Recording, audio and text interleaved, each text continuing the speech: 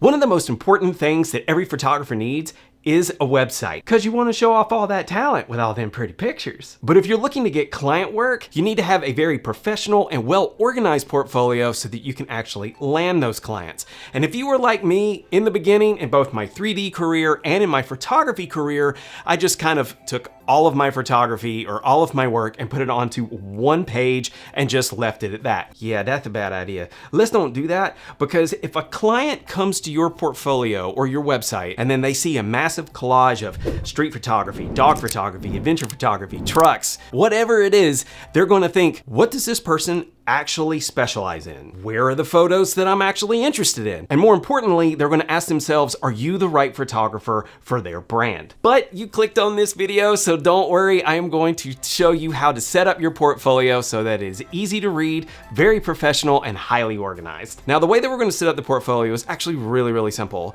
The first thing we're going to have is the landing page. Then we're going to have your portfolio. And then within that portfolio, you're going to have categories. Now, these can be whatever categories it is. We will get to that a little bit later on in the video. And then within those categories, you're going to have the albums or the projects that you've been working on.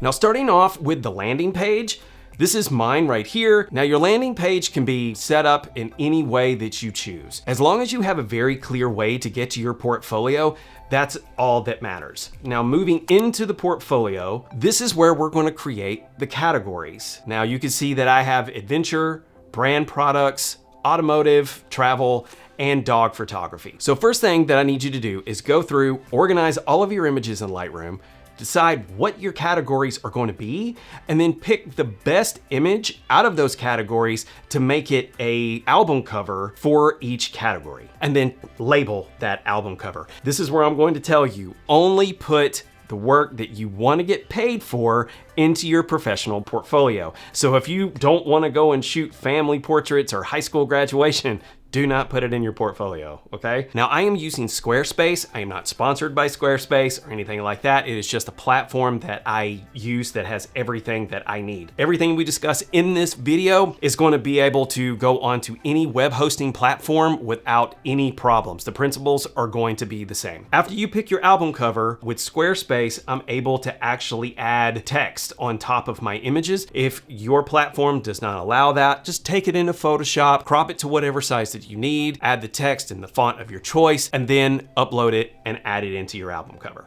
Okay, so now that we have all the categories set up, what we're gonna do is we're gonna go inside those categories and start filling them with all of your projects or your albums and all of that beautiful work that you've done to make it so much easier for clients to see what it is that you're all about. So I actually have to update my brand product photography because of a recent photo shoot that I did. So I'm gonna kind of walk you through,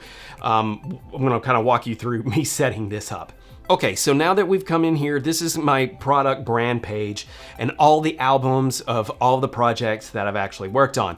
I have my tagline, telling the story of your outdoor brand through creative imagery, and then I have all of the albums of some of the photo shoots that I've done over the recent months. Now I'm gonna set up a new album cover for my new client that I was working with, and I'm gonna do that really quick. Now feel free to set up your album covers however it is that you want, but what I'm doing right here is just basically copying the format that I've already created so that everything in this page feels a little bit more cohesive.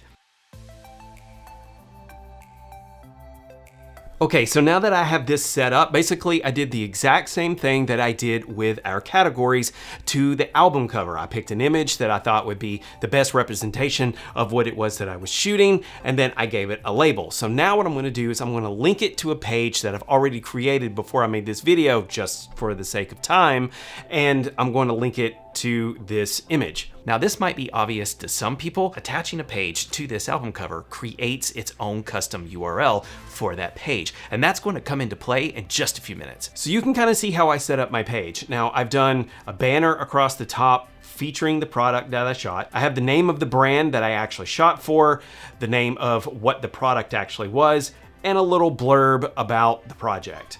Then right below, I put all of my images, and that's really about it. Now, what I do have to say about adding images into a gallery is that you really need to be brutal. Don't put images in there that look similar to one another. Don't have any duplicates. Just pick the best images that you have to put them into this album.